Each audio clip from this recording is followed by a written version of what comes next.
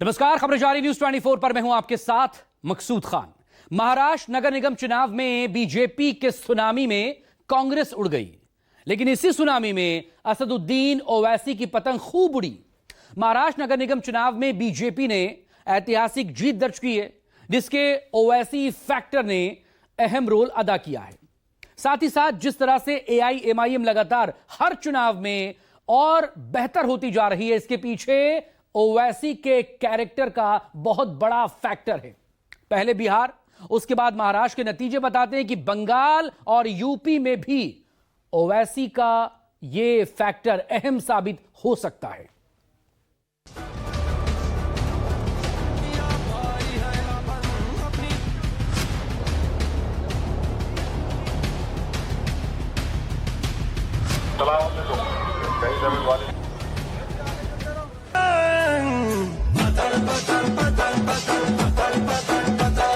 महाराष्ट्र में मजलिस-ए-इत्तेहादुल मुस्लिमीन पार्टी के 125 कॉरपोरेटर्स कामयाब हुए।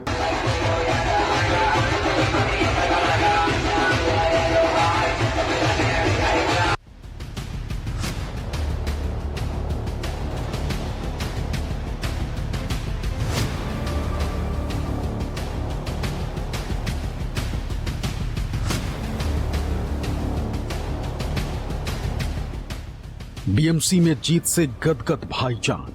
अब बंगाल टू यूपी बड़ा गेम प्लान।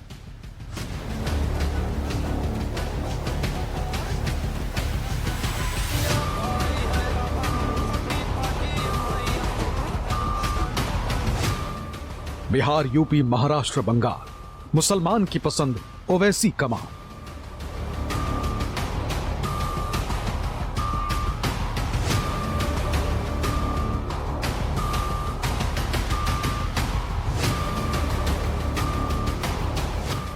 एआईएमआईएम की बढ़ती ताकत, किसके लिए खतरे की घंटी।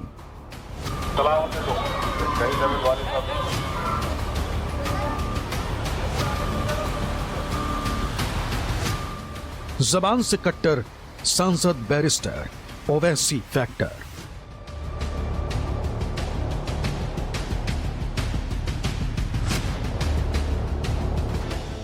महाराष्ट्र नगर निगम चुनाव में बीजेपी की बल्ले बल्ले हो गई।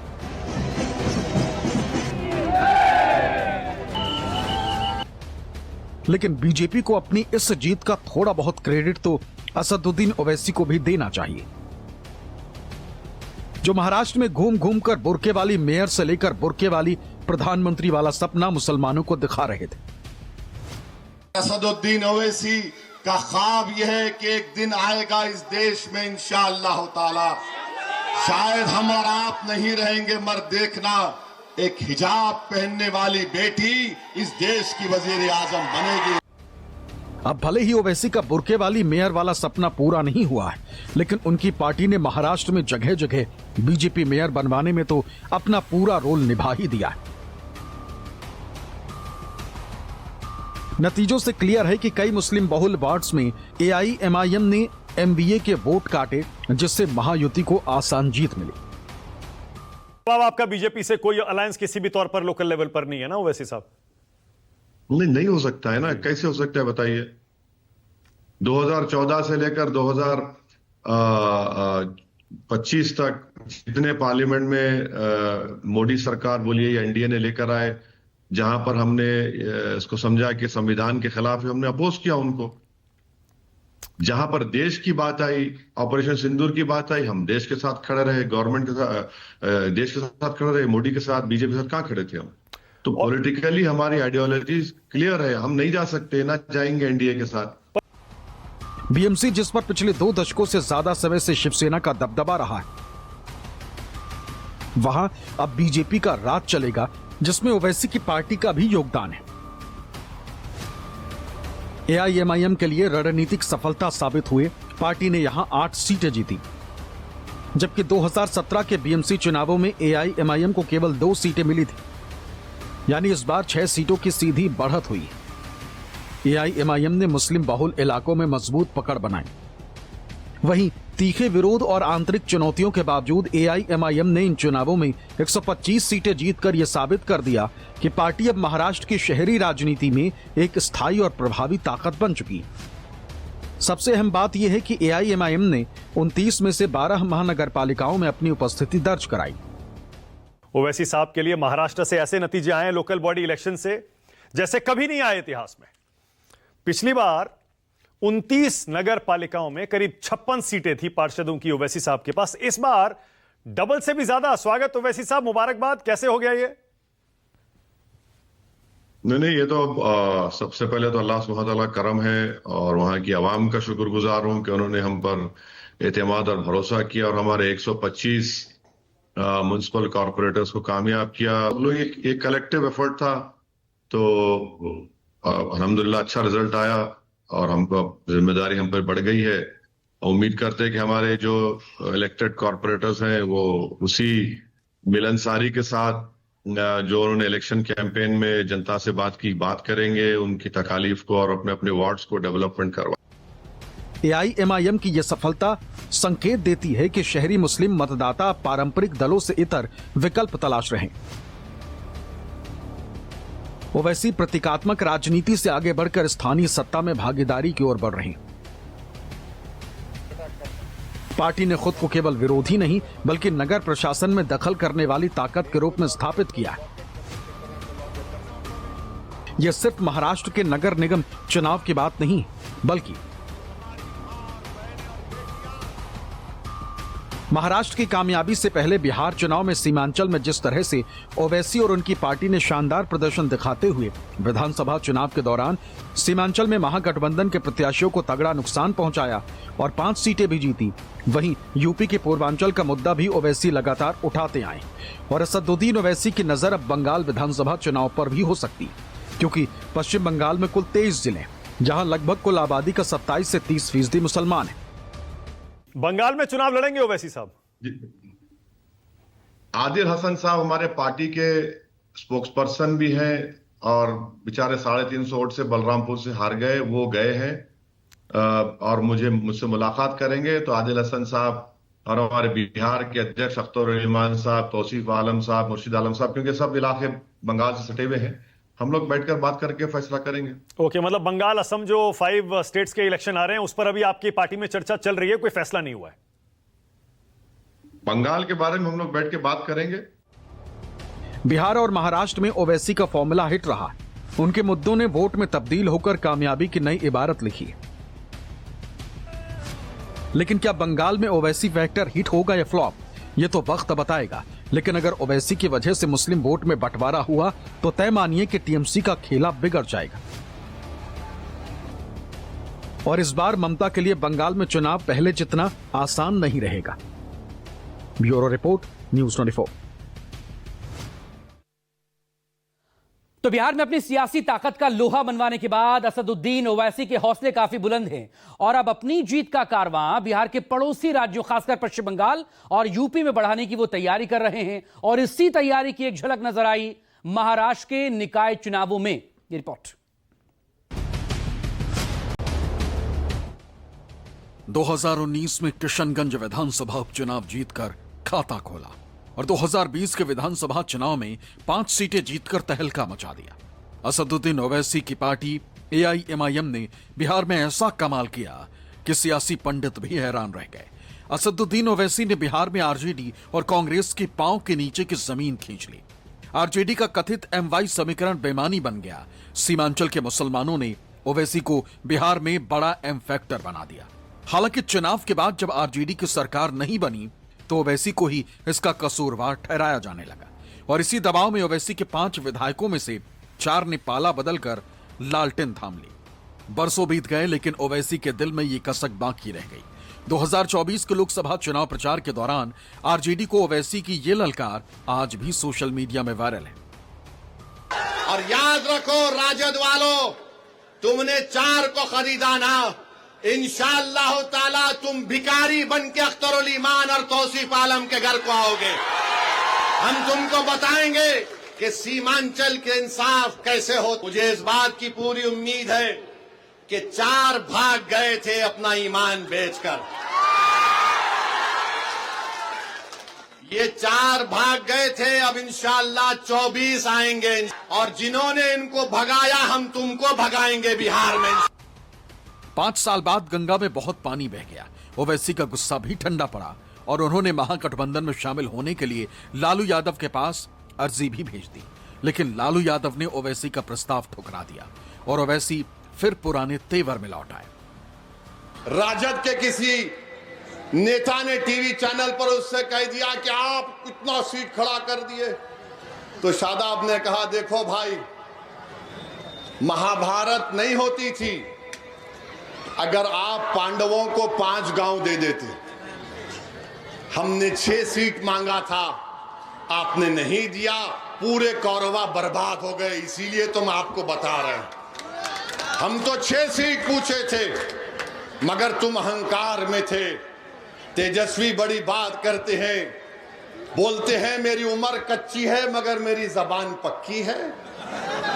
अगर तुम्हारी जबान पक्की थी तो अंजर नईमी को तुमने घर क्यों बिठा दिया? समझा आपने? समझा आपने? वो बेचारा गया ये समझ करके ये हमारा साथ देगा। हम पहले से कह रहे थे जालिम किसी का साथ नहीं देता, वो सिर्फ इस्तेमाल करके छोड़ देता है। ओवैसी की ताकत मुसलमान है और इसलिए वो इस बार भी सीमांचल में ही जोर लगा रहे हैं, जहां किशनगंज जिले में 67% आबादी मुसलमान है, तो कटिहार, अररिया और पूर्णिया में भी मुसलमानों की आबादी 30 से 40% के बीच है। लालू और तेजस्वी मुस्लिम समाज में ओवैसी की लोकप्रियता से परिचित हैं, लिहाजा इस बार मुस्लिम समाज को ओवैसी से दूर रखने के लिए आरजेडी के नेता उन्हें चरमपंथी बता रहे हैं और ओवैसी भी जैसे को तैसे वाले अंदाज में तेजस्वी को जवाब दे रहे हैं। तेजस्वी पर तीखे तंज भी कस रहे हैं। लालू जी, आप मुख्यमंत्री थे, आपकी पत्नी मुख्यमंत्री थी 15 साल, फिर आप रेलवे के मंत्री थे, आपका बच्चा नहीं पढ़ा। हमारे वालिद साहब कॉरपोरेटर थे, एमएलए बने, एमपी बने। हम लंदन गए, लंदन में जाकर हमने बड़ी मेहनत की, अल्लाह ने हमारी माँ बाप की दुआओं पर हमको काबिल बनाया। मैं ये आपको एहसान जतलाने के लिए नहीं कह रहा, हर बच्चा जाता है जो लंदन अमेरिका। हम होटलों के फर्श को धोते थे, हम अपनी कॉलेज की लाइब्रेरी में रात के 12 बजे तक काम करते थे, मेहनत करके हमको डिग्री मिली। और जो मुख्यमंत्री का बेटा है, जो केंद्र के मंत्री का बेटा है, वो अपनी तालीम मुकम्मल नहीं सका और वो हमको चरमपंथी कहता है। बाबू, तुमको ऐसे किताबों के नाम बोलूंगा कि तुम भूल जाओगे चरमपंथी क्या होता है। 2005 में आरजेडी सत्ता से दूर हुई थी और नीतीश कुमार बिहार के मुख्यमंत्री बने थे। तब से अब तक नीतीश पाला बदलने के बावजूद अपनी कुर्सी पर काबिज हैं और ओवैसी पूछ रहे हैं कि अगर आरजेडी में दम है तो फिर वो नीतीश को उतार क्यों नहीं पा रहे हैं। बीजेपी को सिर्फ और सिर्फ मजलिस ही हरा सकती है। 2004 से राजद की सरकार नहीं बनी और क्या 2004 में नीतीशवा को हमने मुख्यमंत्री बनाया? सरकार को बदलना है, वोट दो। ओवैसी खड़े होकर कोचा दामन और सीमांचल की जनता से कह रहा है कि सरकार बदलने के लिए नहीं, सीमांचल को बदलने के लिए पतंग छाप को वोट दो। ओवैसी कह रहा है सरकार बदलने के लिए नहीं, सीमांचल के माहौल को बदलने के लिए पतंग छाप को वोट दो। सरकार बदलने के लिए नहीं बल्कि अपने मुकद्दर के फैसले खुद करने के लिए वोट दो। यकीनन बीजेपी को हराएंगे। राजद नहीं हरा सकती, मजलिस हरा सकती है मोदी को। सीमांचल ने 2020 के चुनाव में ओवैसी की पतंग तो उड़ा दी, लेकिन आरजेडी ने विधायकों को लालटेन पकड़ाकर उनकी पतंग की डोर काट दी। ये दर्द इतना गहरा है कि ओवैसी जहां भी भाषण देते हैं इसका जिक्र किए बिना नहीं रह पाते। ये मुनादी करना भी नहीं भूलते कि तेजस्वी मुख्यमंत्री नहीं बनेंगे, बिहार का मुख्यमंत्री सीमांचल का बेटा बनेगा। सीमांचल अब गुलामी नहीं करेगा। कितने मर्तबा और लालू बोल रहे हैं तुमने बदवा मजदूर हो, तुमने मुझे मुख्यमंत्री बनाया, मेरी पत्नी को बनाया 15 साल, अब मेरा बेटा को बना दो, फिर बेटे के बाद उसके बेटे को बना दो, फिर उसके बाद उसके बेटे को बना दो। अरे क्या हम तुम्हारे गुलाम हैं? अब वोट पड़ेगा तो सीमांचल के नाम पर पड़ेगा। सरकार बनाओ, सरकार बदलना है। कभी बोले चाचा भतीजा आ गया, चाचा भतीजा, बड़ा ड्रामा किया। हम याद है आपको बोले थे 2015 में यहां पर भाजपा की सरकार बनेगी, मेरा मजाक उड़ाए थे सब लोग बड़े बड़ी बातें किए। क्या हुआ फिर? 20 साल से यहां पर नीतीश कुमार की सरकार है। ये बच्चे तो लालू का दौर भी नहीं देखे होंगे, और लालू ये उम्मीद कर रहे हैं कि मेरे बेटे को फिर से पटना की कुर्सी पर बिठाएंगे। लालू जी सुन लो, तुम्हारा बेटा नहीं, सीमांचल का बेटा अब की बार मुख्यमंत्री बनेगा। एआईएमआईएम ने साल 2020 में जो सीटें जीती, उनमें 3 सीटों पर आरजेडी और 2 पर कांग्रेस के विधायक थे। हालांकि इन 5 में सिर्फ 1 विधायक अख्तरुल ईमान को छोड़कर बाकी सभी 4 विधायक आरजेडी में शामिल हो गए थे। अब ओवैसी मुस्लिम समाज से पूछ रहे हैं कि अगर हम वोट कटवा हैं तो फिर ये लोग क्या हैं? ये मुसलमानों का वोट तो लेते हैं, पर मुसलमानों को देते क्या है? अगर इन लोगों ने मुस्लिम समाज का ख्याल रखा होता तो फिर पढ़ाई लिखाई में ये इतने पीछे क्यों रह गए? जिसको आपने सत्ता दी, राजद को 15 साल, कांग्रेस को 20 साल और नीतीश कुमार को 20 साल, मैं आपसे वादा कर रहा हूं कि सीमांचल में आज 90% मुस्लिम बच्चे इंटरमीडिएट की तालीम मुकम्मल नहीं करते। कौन जिम्मेदार है मास्टर? बोलो। तुम सत्ता में थे ना, नीतीश कुमार मोदी के साथ थे, तुम तो उनके राज दुलारे थे। मुझको गाली देते दो, कोई फर्क नहीं पड़ता। मैं आपसे वादा कर रहा हूं कि इन बच्चों का इंटरमीडिएट के तालीम का इंतजाम मजलिस इत्तेहादुल मुस्लिमीन सीमांचल में मुकम्मल करवाएगी, और सिर्फ इंटर मुकम्मल, 12वीं मुकम्मल नहीं करवाएगी। इस सीमांचल के नौजवान काबिल हैं। हम उम्मीद करते हैं, हम कोशिश करेंगे ये साइंटिस्ट बने, ताकि जमीन के नीचे जो पानी है उसमें यूरेनियम आर्सेनिक है, उसका हल निकाल सके। हमारे बच्चे इंजीनियर बने, ताकि सीमांचल में ऐसा पुल बने जो नीतीश और मोदी के पुल से ज्यादा मजबूत हो, जो गिर ना जाए। हमारे बच्चे इंजीनियर बने सीमांचल के, कोचा दामन के। जो ये सैलाब आता है, ये सैलाब कुदरत की तरफ से नहीं, ये हुकूमत की तरफ से आता है, और सैलाब को, पानी को निकालने का काम हमारे इंजीनियर बच्चे करेंगे। हमारी बेटियां इंशाअल्लाह डॉक्टर बनेंगी। जो माए बहनों को टीबी और कैंसर हो रहा है उसका इलाज करेंगी। ये असदुद्दीन ओवैसी का ख्वाब है सीमांचल के लिए, ये हमारी मंजिल है। इंशाअल्लाह ताला हम पूरा करने की कोशिश करेंगे। ओवैसी जिस अंदाज में लालू और तेजस्वी को ललकारते हैं, ठीक वैसे ही वो बिहार के मुख्यमंत्री नीतीश कुमार को आईना दिखाते हैं। लोकसभा चुनाव के प्रचार के दौरान नीतीश कुमार की सियासत पर उनका ये भाषण आज भी सोशल मीडिया पर वायरल है। वजीर आजम बनेंगे हमारे अरमानों को तोड़कर। हम भी नहीं चाहते कि 2024 में दोबारा नरेंद्र मोदी देश का वजीर आजम बने, मगर ये कौन सी तुम्हारी सियासत है कि तुम कभी मोदी से निकाह कर लेते तो कभी तेजस्वी से निकाह कर लेते। तुम कभी मोदी को 3 तलाक कह देते तो कभी तेजस्वी को 3 तलाक कह देते। तुम कभी उनसे वलीमा कर लेते तो कभी इनसे अकीका कर लेते। अरे आखिर तुम हो क्या? तुम ठहरोगे या पलट जाओगे? मगर हम नहीं पलटेंगे। जो जाता है चला गया। मैं जिम्मेदारी के साथ कह रहा हूं, जज्बात में आए बगैर कह रहा हूं, सीमांचल की जनता को, पूरी दुनिया मेरे खिलाफ खड़ा हो जाए मगर एक तुम्हारा दीवाना तुम्हारे लिए लड़ता रहेगा। सीमांचल की लड़ाई बोलता रहेगा, लड़ता रहेगा।